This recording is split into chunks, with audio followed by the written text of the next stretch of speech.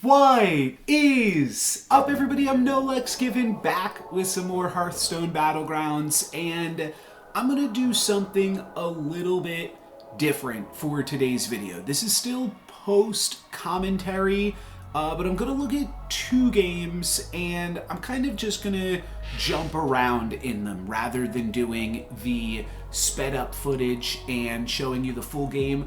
This first game is actually really not even that exciting. I'm just going to show you the very beginning of the game and then the very end. And it's something that we've looked at a few times previously. This is a Little League lobby, and I'm going to wind up playing Naga. A very, very straightforward game that I do wind up winning, and that's part of the reason that I want to showcase. It was just a good game that I played while I was sick, and I kind of just wanted to talk about like the end of it and kind of where I feel like you want to be in Hearthstone Battlegrounds in general. So pick up the econ there on the first turn, that's pretty good. Second turn, we are just going to level up. And then third turn, I'm actually going to spend this gold coin and just level up again. I felt like in a Little League, you're not going to take that much damage overall. Plus, I've got the Amalgam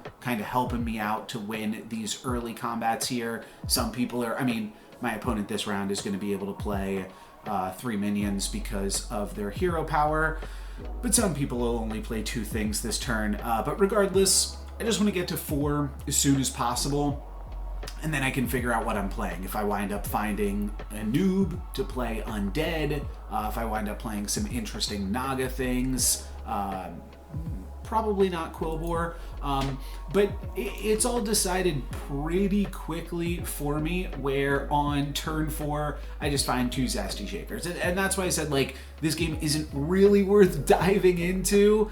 That basically decides the game right for you. Had I not found those Zesty Shakers, I was contemplating selling Shell Collector and leveling up again, and then really just finding some good tier 4 things to build around. But I found one of the best build around things. It's a tier 3 thing, so this is where we stop. And I will jump forward a little bit. I wind up just picking up any Naga just for a little bit of tempo on this next turn. And then Seaborn Summoner hitting Tavern tier 4. And then at this point, I'm just looking for Deep Blue Crooner, and I find one pretty quickly. So you can kind of tell how I was able to dominate this game. And because I'm in like such a powerful position, such an unenviable position here, or no, such an enviable position, I'm doing good. I'm doing real good. And that's just going to give me a lot of freedom to set up well for the end game as well. And I think that Naga in particular is a great starting example, and both of the games that we're going to look at in this video are great examples for what you want to do in most Battlegrounds games, and I'll spoil the rest of it here. Basically, what you want to be doing whenever possible in Battlegrounds is grow stats, scale as many different characters that you can as possible, and then in the final turns of the game, replace the things from your comp that haven't scaled with Scam. And for Naga, the reason that is such a straightforward example is because you've got the Deep Blue Crooners, which they do scale, but typically those are scaling the other cards in your comp, and then on the very, very last fight of the game, you want to cut those crooners and put in Scam, because you can just get a lot of efficiency out of it. So that's basically what I'm going to do. There's a lot of different ways to do that. This is a slightly old patch at this point, playing with level 4 Baskill, but you get the idea here. We are just going to make our Deep Blues as big as possible so we can make our Lava Lurkers as big as possible.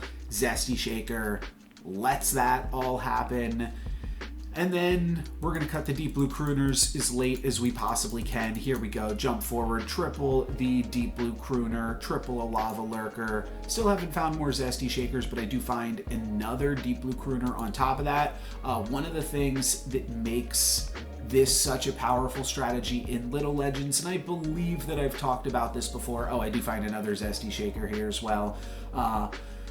When you triple something in a Little League, you get a tier 4 discovery rather than a tier 5 discovery, which just makes this comp even better because the things that you want are the tier 4 things here anyway. So this all works out pretty well. We are able to get some pretty nasty Lava Lurkers, and then I even find one more Zesty Shaker. I will have to sell out of the Seaborn Summoner to pick that up. Oh, and another Deep Blue.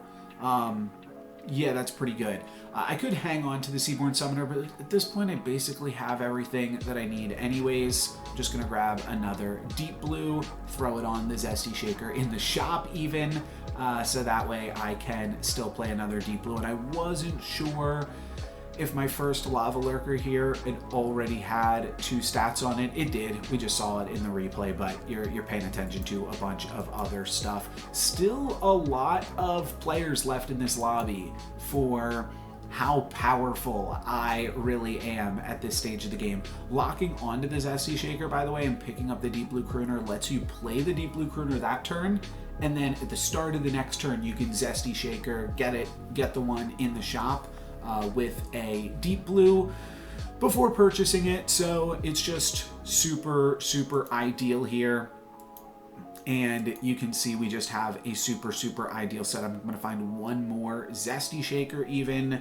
which is fantastic. Now I will be able to get even more Deep Blues, can probably cut these unupgraded ones, except for the fact that they are also helping with the scaling of it all. I'll just pick up Reef Explorer for Econ, and then I'm rolling for yeah, I mean, there's a Lava Lurker. Seems pretty good. We will pick that up as well in short order and potentially try to get one more Lava Lurker triple. It seems like a big ask. We're also going to triple another Deep Blue Crooner, which is less scaling, but also more scaling in some other ways because it allows me to put the upgraded Deep Blue Crooner on everything. One more Zesty Shaker. I don't think that my plan is to actually purchase this one, but just by locking it in the shop, I can tag it with a Deep Blue this turn, tag it with a Deep Blue at the start of next turn, and yeah, just a little bit more stats. But let's skip to the end game. We're now in the top 4. I'm still at above 30 health. I mean, can't really ask for a better placement than this. And now it's just a matter of like, when are we going to start to cut other things? We've now tripled the other Lava Lurker, but when are we going to start to cut other things for more scam? I've added a Dagger Spine Thrasher to the board, and I'd like to put in one more, actually 2 more scam cards in favor of both of these Deep Blue Crooners. So that is the plan, if possible. That would be the ideal scenario. And I'm going to pick up one more Dagger Spine Thrasher. In Little League specifically, there's actually not that much opportunity to find scam, but this turn I find a second Dagger Spine Thrasher, and then I also find an additional Lava Lurker. So that's going to give me just another like reasonably statted card. I don't even know if the Lava Lurker is like that great, just compared to like keeping a Deep Blue Crooner, which maybe would have been a little bit safer, but this is fine.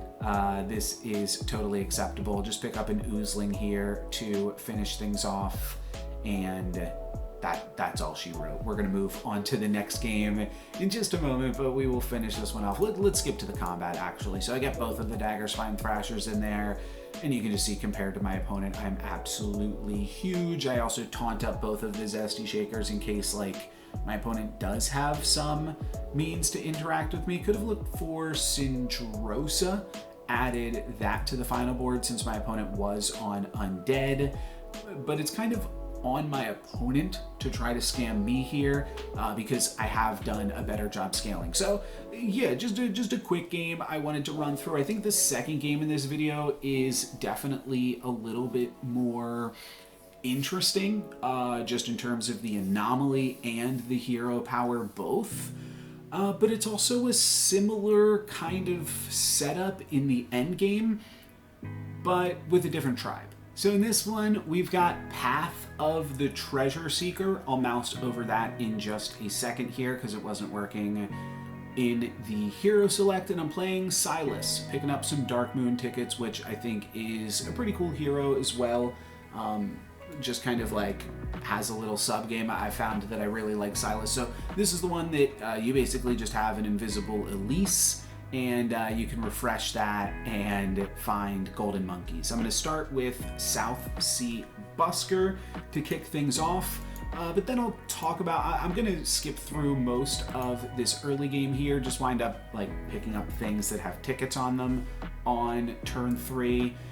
And then, so I guess if I didn't have 2 things with tickets, I might have leveled up here because leveling is good with the Path of the Treasure Seeker. But because we had 2 things with tickets, I just decided I'm going to pick those up, get some econ, get some tempo. All seems fine with me.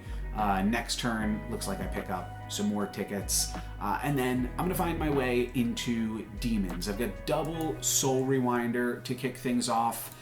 And Demons is another comp where you can't scale your whole board. Some comps you do get to scale your whole board. I'll say like dragons, in theory, like Caligos gives all of your dragons those stats. There's been different dragons comps. Bran doesn't scale necessarily, so that one's a little bit different. Undead, you wind up mostly scaling your whole board. You don't scale Titus if you have that. And there's better cards in the end game, like Handless is better than Risen Rider, which is better than just the 1/4 tier 1 card. But the interesting thing with Demons is there actually is an opportunity cost to playing each individual demon, and this used to come up with some interesting numbers back before the level 6 demon pumped itself. Now it does pump itself, the guy that makes all of your cards eat something from the shop. The tricky thing though still is that there's not infinite space in the shop, and especially if you add a Drakari onto that board where you're doubling your end of turn effects, there's only so many demons that you can pump each turn. So that winds up meaning that you're scaling a portion of your board, but you actually don't want to run all demons. And sometimes that means you can get away with playing Wraith, whatever that card is called, something Wraith. I think we will probably pick one up at some point during this game. Maybe not. Kind of all of this is blending together a little bit here, as we're just going to pick up some tickets. Here's a Bran. Pick up some tickets and pick up some golden monkeys at the same time here. Legion Overseer gets the triple. That's going to give me a tier 4 discovery and a tier 5 discovery. I'll just grab a Tunnel Blaster off of that, and then Upbeat Duo. Always pretty solid. 2 more demons in the shop, both with a ticket. I'm just going to wind up picking up the Leeching Fellhound to pump up the Soul Rewinder, and because it's free. Oh, and I do have a Wraith on the board, that 10-9, whatever that thing is called. I did think that I picked that up because it's good with the 17-15 that just pumped itself up there. But all of this is to say that you typically in a Demons comp won't wind up scaling a full board of 7 demons. And other Demons comps, it's like you need a space to loop through while you pump up either your Wraith or your Insatiable Taunt guy. I think it's called Insatiable something. Either way, you don't wind up pumping up your whole board, so ideally you wind up pumping up as much of your board as you possibly can, and then in the end game you cut whatever you weren't able to pump as high and you put in some scam, and that's what we're going to get to in the end game here. Still a little bit to go. There was some other fun stuff. I could have probably just fast forwarded this game as well, like I was doing over the past week, or I could have fast forwarded it as well, which is what I used to do with my Storybook Brawl content. I think that maybe I'll get to a point with Hearthstone Battlegrounds where I am doing like sped up post commentary, and in fact I do think that's probably what I'm going to wind up doing for Monday's video.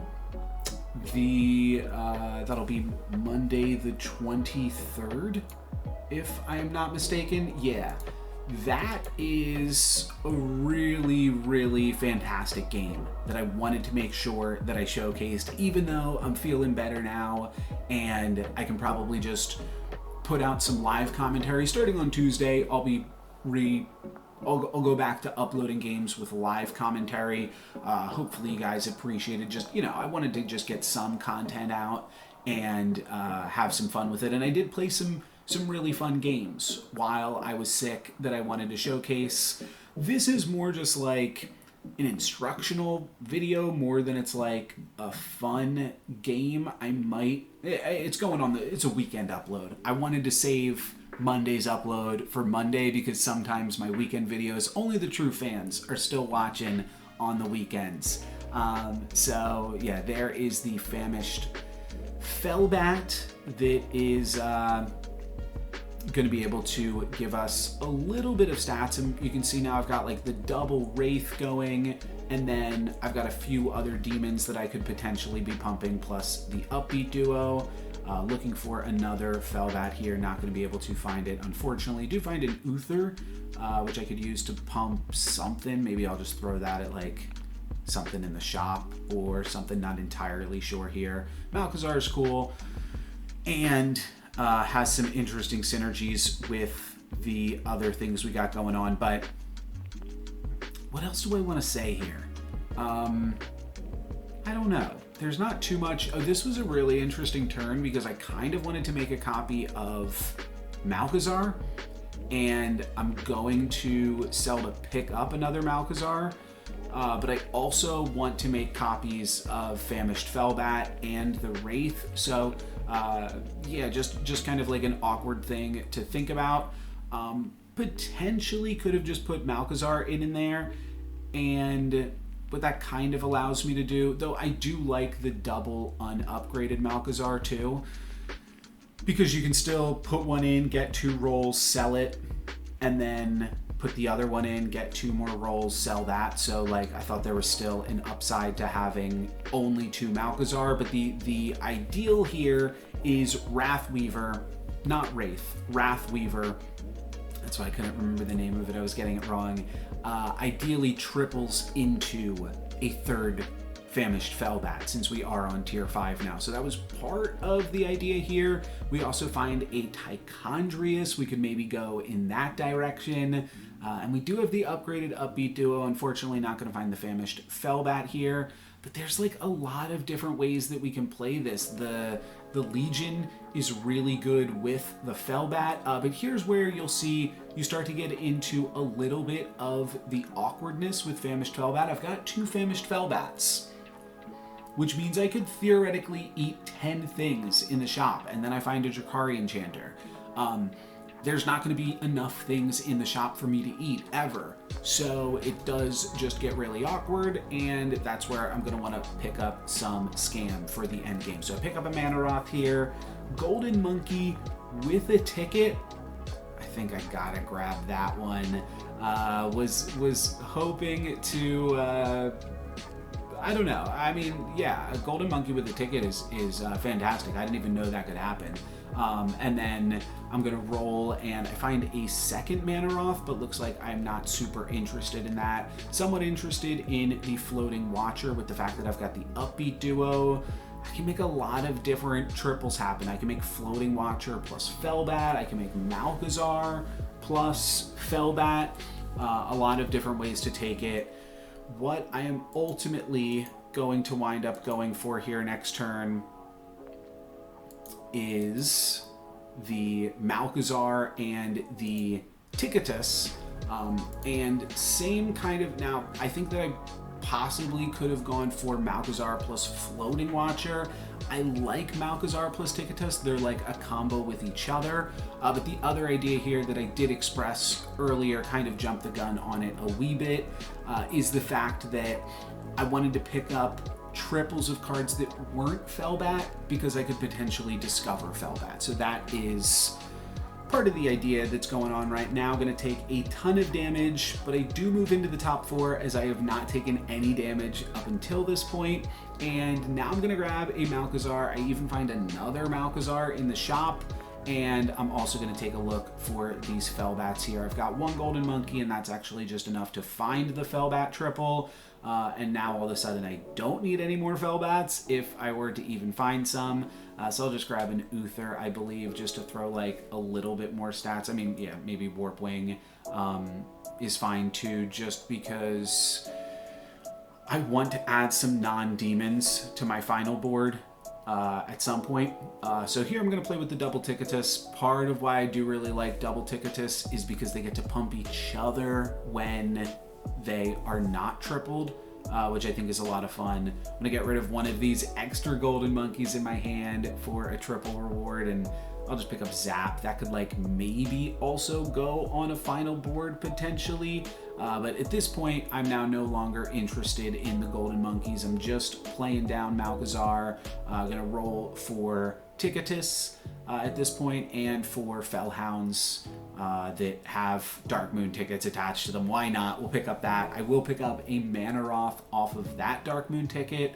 I did think that I grabbed a second one at some point, so yeah, I was jumping the gun a little bit ago in the previous commentary, and I'm gonna find another Golden Monkey. I roll past another Malchezaar here before probably just running out of time before this turns up. I tried a lock on Ticketus plus Golden Monkey.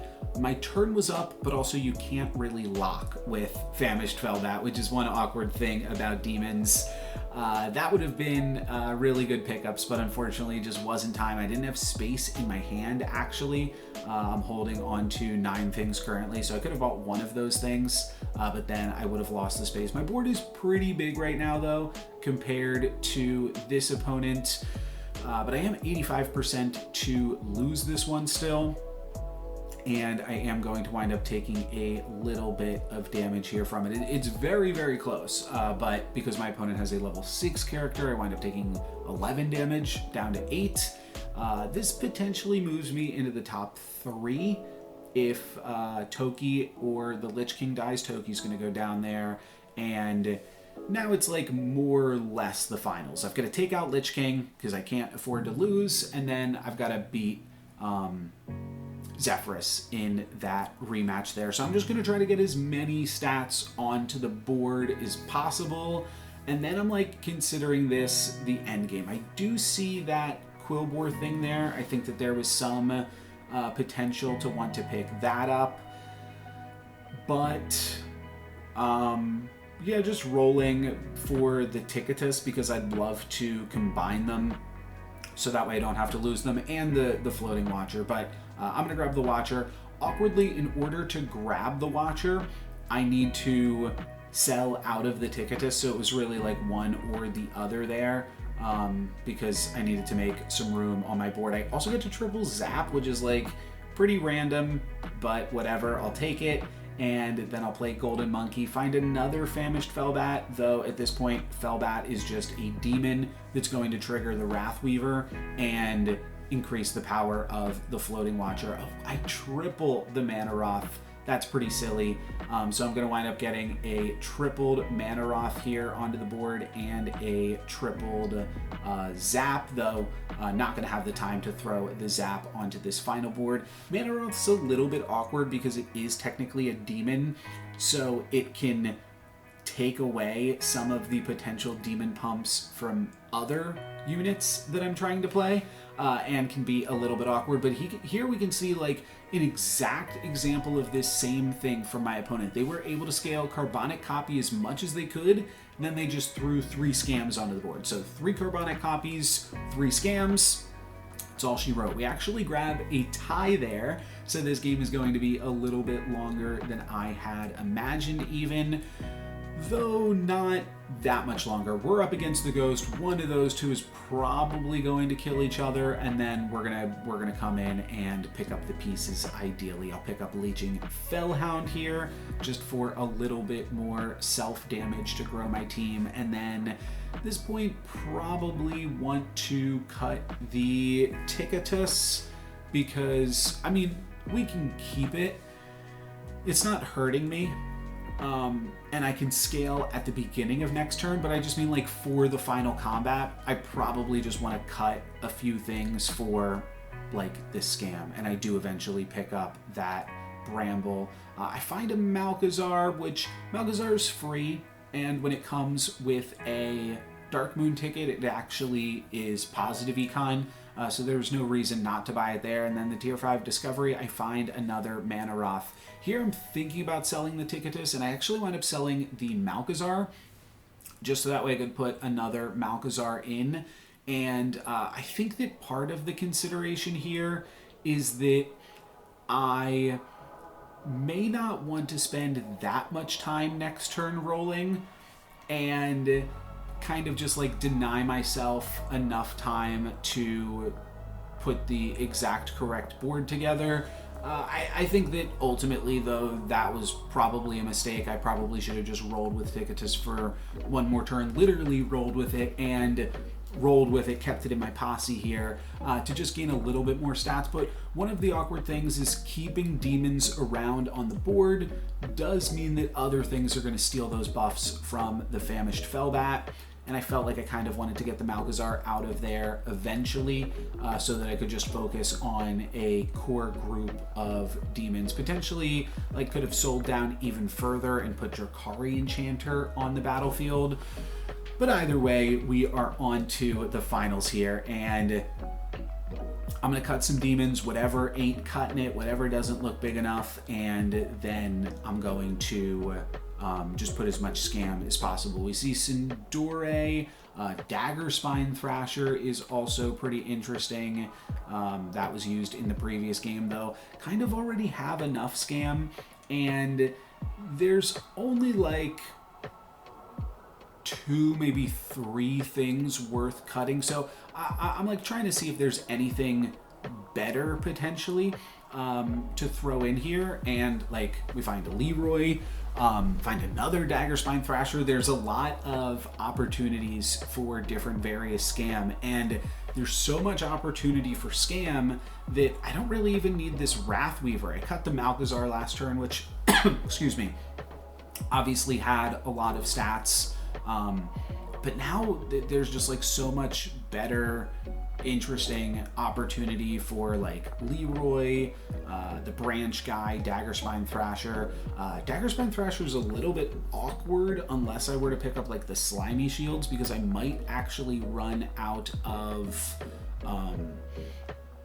spells. So Dagger Spine Thrasher, not that great, and you're going to see I don't even have the room for the other thing, which in a way is awkward that I could play 2 more scams on this final board, that Leroy, the Dagger Spine Thrasher, I suppose, and then also the Bramble Quill Elemental in my hand. I could just play all scam. Part of the reason that I think that that's so cool is because like I was already preparing for this end game so heavily that I'm just like very, very well set up here. Zap is going to be able to take out the Oozling Gladiator and then like deal some damage to Bran. I'm not really sure if the Zap was super necessary, but it's not really going to get in my way here either. Seem about 50% to win, and a win is lethal because my opponent's at 1. So we are indeed going to be able to get the win. It is still a little bit close, but then Zap trades with that Divine Shield, so it does do a pretty good job. And it does a good enough job. That's the important thing. We get it done. We try to do as much scaling as we possibly could, and then in the end game, put in some scam to finish off. And I don't think, again, that either of these games are super exciting. That's why it's a weekend game. That's why the true fans are here watching it. But I do think that this is just like solid Hearthstone Battlegrounds. I was recently watching, this was after I played these games, but I've recently been watching the, what's it called? It might be called Lobby Legends. I think I called Little Legends or something. I think it's called Lobby Legends, where there was like 16 players, 16 of the highest ranked Hearthstone Battleground players in the world came together for a small little tournament, and most of what you see them doing in almost every single game is like playing tempo, looking for high roll potential, some of those same things that I talk about, and then the end game of Hearthstone Battlegrounds really becomes about cutting what didn't cut it for scam as much as you can, and just increasing your percentages as much as you can for those final fights to get first place. And that's typically who will wind up coming out on top, is whoever complements their scaling with appropriate scam for whatever their opponent's comp is. So I did think, I was thinking about not putting out both of these games, but I thought it was still an interesting concept to talk about for a few minutes. Hopefully you guys enjoyed that. Tuesday's video utilizes, it's going to be live commentary, and it utilizes this concept very, very well. I already played it and recorded it at this point. Yeah, did some things like out of order, but I thought this would be like kind of a good predecessor or precursor to Tuesday's video, which just, yeah, really utilizes those concepts well in a really, really awesome game. But for today, that's going to be it for me. Thank you guys very much for watching. I'm No Lex Given. Peace.